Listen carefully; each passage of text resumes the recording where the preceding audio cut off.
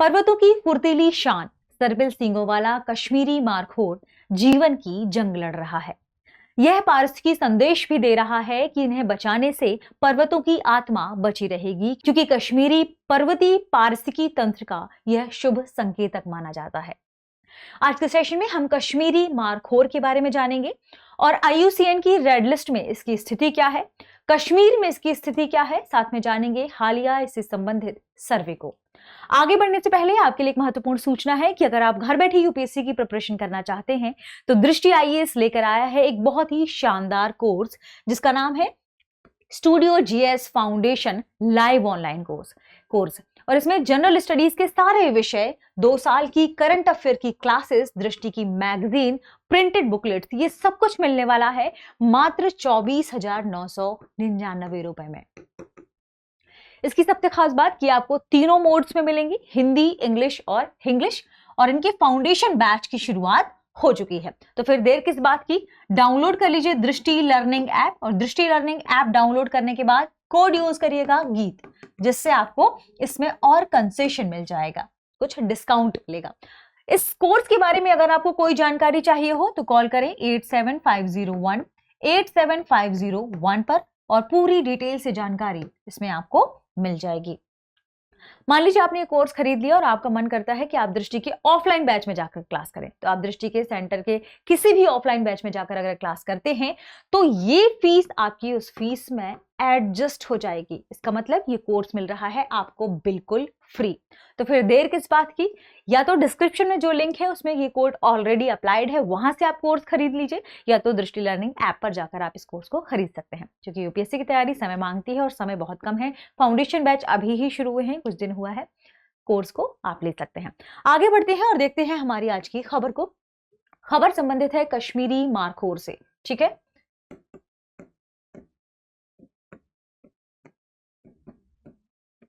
आपके सामने ये जो डेटा है ये हालिया सर्वेक्षण के आधार पर दिया गया है।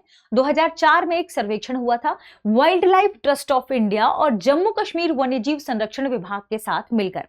इस सर्वे में कुछ निष्कर्ष निकलकर सामने आए थे, जिसमें कहा गया था कि जम्मू कश्मीर वाले इलाके में अब केवल 300 से 350 कश्मीरी मारखोर ही बचे हुए हैं और स्थानीय इस लेवल पर जहां पर कश्मीरी क्षेत्र में पाए जाते हैं वहां पर ये विलुप्ति के कगार पर आ गए हैं, इनका सीमित फैलाव बचा है।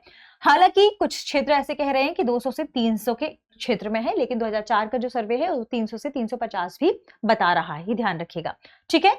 ये अगर हम बात करें कि IUCN की रेड लिस्ट में इनकी स्थिति क्या है, नियर थ्रेटेंड, ठीक है। इनका स्टेटस क्या है, कंजर्वेशन स्टेटस है नियर थ्रेटेंड। इसका मतलब ये अब इन्हें बचाने की ओर कार्य करना है। क्यों? क्योंकि ये विलुप्ति की कगार पर पहुंच चुके हैं, ये ध्यान रखिएगा। अगर हम बात करें कि जो कश्मीरी मारखोर है किन क्षेत्र में पाया जाता है, तो यह पाकिस्तान वाले इलाकों में पाया जाता है, पाकिस्तान ऑक्यूपाइड कश्मीर वाले इलाकों में, अफगानिस्तान और जम्मू और कश्मीर।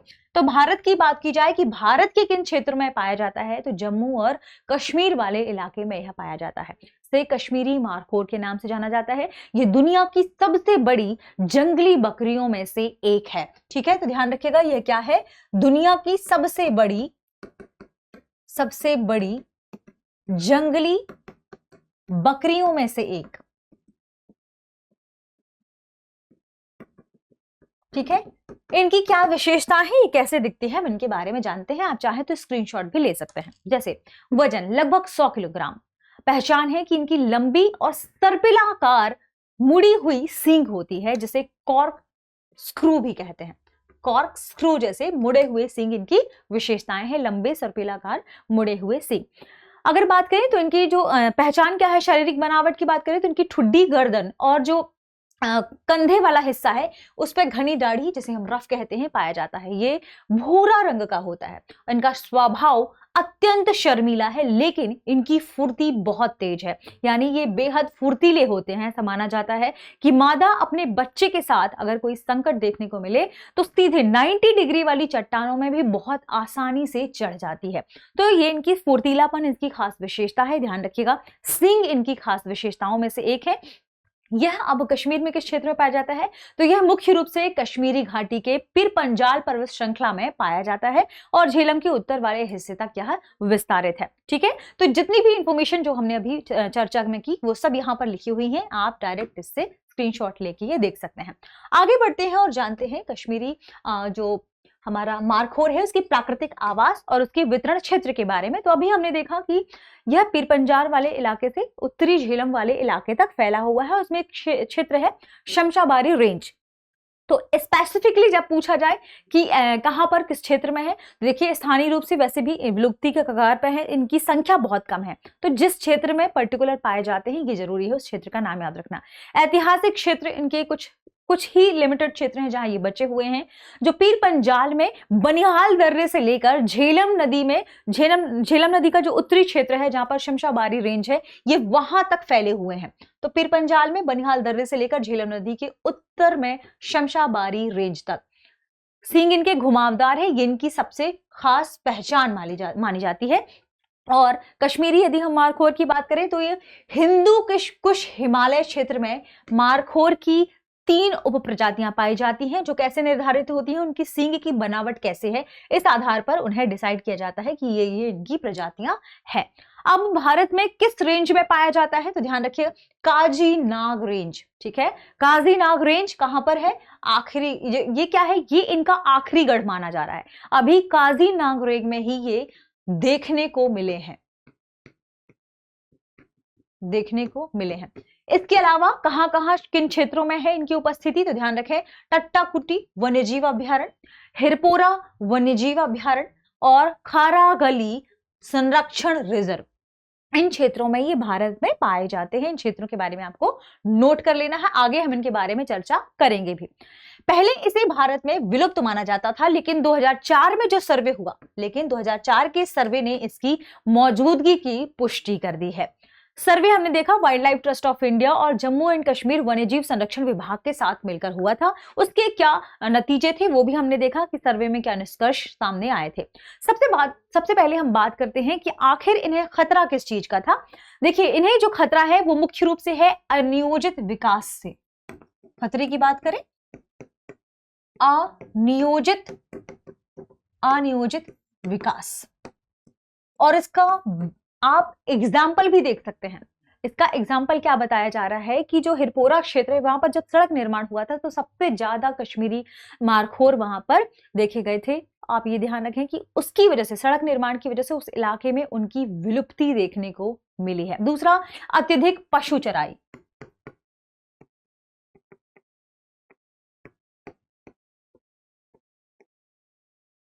अनियोजित विकास, सड़कों के निर्माण से, मार्गों के निर्माण से लगातार इनका जो आवागमन है वो प्रभावित हो गया है। उनमें बाधा उत्पन्न हो गई है। आवास का भी इनके क्या हो गया है? आवास का भी विनाश हो गया है। आवास का विनाश हो गया है, ये भी ध्यान रखिएगा, ये इसी में शामिल है। ठीक है, आवास का विनाश। अत्यधिक पशु चराई की वजह से जो लोकल उस स्थानीय क्षेत्र में जो भेड़ बकरियां हैं उन्होंने उनका स्थान ले लिया है, क्योंकि इनके लिए जो भोजन है वो मुख्य रूप से घास, जड़ी बूटियां, झाड़ियां, पत्ते और टहनियां हैं। ठीक है, ये ध्यान रखिएगा। और जैसे ही इनका जो प्रजनन का समय है वो मई जून के आसपास वाला क्षेत्र है, समय है, खासकर मई जून वाला इलाका, टाइम। और उस समय क्या होता है कि जो मैदानी क्षेत्र से पशु हैं, बकरियां हैं, उन्हें लेकर जाया जाता है कहां पर? पर्वतीय क्षेत्रों में। तो इनकी जो चरने वाला क्षेत्र है वो ज्यादा क्या हो गया है? खत्म हो गया उस इलाके में। तो अत्यधिक पशु चराई से भी उनके भोजन का संकट पैदा हुआ है। तीसरा, अत्यधिक या आप कह सकते हैं अवैध शिकार। अवैध शिकार इसका एक और मुख्य कारण है, जिसे बताया जा रहा है कि ये खतरे हैं जो उनके अस्तित्व पर लगातार संकट पैदा कर रहे हैं। वर्तमान में सबसे ज्यादा जो ये क्षेत्र है ये कहां पर पाए जाते हैं तो ये भी ध्यान रखिएगा। जो मुख्य रूप से कार्य किया जा रहा है वो किया जा रहा है काजी नाग रेंज को लेकर, क्योंकि यहाँ पर पाए गए हैं। कुछ सरकारी प्रयास भी हुए हैं, जैसे काजी नाग रेंज को राष्ट्रीय उद्यान के रूप में, इसी को ध्यान रखें, इसे राष्ट्रीय उद्यान के रूप में शामिल कर लिया गया है। इसके अलावा एक और प्रयास हुआ है कि हिरपोरा जो अभ्यारण्य है उसका विस्तार कर दिया गया है। इस अभ्यारण्य का विस्तार किया गया है ताकि उनके लिए आवास बनाए जा सके। Wild life trust of India ने भी कई सारे प्रयास किए हैं। ये ध्यान रखिएगा कि ये कश्मीरी लिहाज से या कश्मीरी क्षेत्र में इतने महत्वपूर्ण क्यों हैं, क्योंकि पर्वत में जो हिमतेंदुए या भेड़िए होते हैं ये उनका शिकार हैं। तो जो कश्मीरी पहाड़ी खाद्य जाल है उसमें इनका इंपॉर्टेंस बहुत ज्यादा है। इसलिए कहा जाता है कि ये पहाड़ी पारिस्थितिकी तंत्र का संकेतक हैं। ये ऊंची पहाड़ी क्षेत्रों में खाद्य जाल का अभिन्न अंग है। इसलिए इनके संरक्षण के लिए लगातार प्रयास की बात चल रही है। विशेषज्ञों के अनुसार ये ध्यान रखना होगा कि केवल काजी नाग से ही बात नहीं बनेगी, उन्हें अन्य सुरक्षित क्षेत्र भी ढूंढने होंगे। यह पर्याप्त नहीं है। फिर पंजाब क्षेत्र में कम से कम एक और मजबूत आबादी विकसित करनी होगी ताकि पारिस्थितिकी तंत्र को, पहाड़ी पारिस्थितिकी तंत्र को बेहतर बनाया जा सके। चराई नियंत्रण पर ध्यान देना होगा। वैकल्पिक आजीविका और सख्त निगरानी की आवश्यकता है। इसके अलावा यदि संरक्षण प्रयास मजबूत नहीं हुए तो कश्मीरी मारखोर भारत से विलुप्त हो सकता है और ये पारिस्थितिकी तंत्र के लिहाज से नकारात्मक है। आगे बढ़ते हैं और आज के सेशन पर आधारित प्रश्न देखते हैं। प्रश्न है, भारत में कश्मीर मारखोर का वर्तमान सबसे मजबूत गढ़ कौन सा है? ऑप्शन ए दाचिगाम राष्ट्रीय उद्यान, ऑप्शन बी हेमिस राष्ट्रीय उद्यान, ऑप्शन सी काजीनाग राष्ट्रीय उद्यान, option D great Himalayan national park. इस प्रश्न का सही जवाब कमेंट सेक्शन में देना ना भूलें। मिलते हैं अगले वीडियो में। शुक्रिया।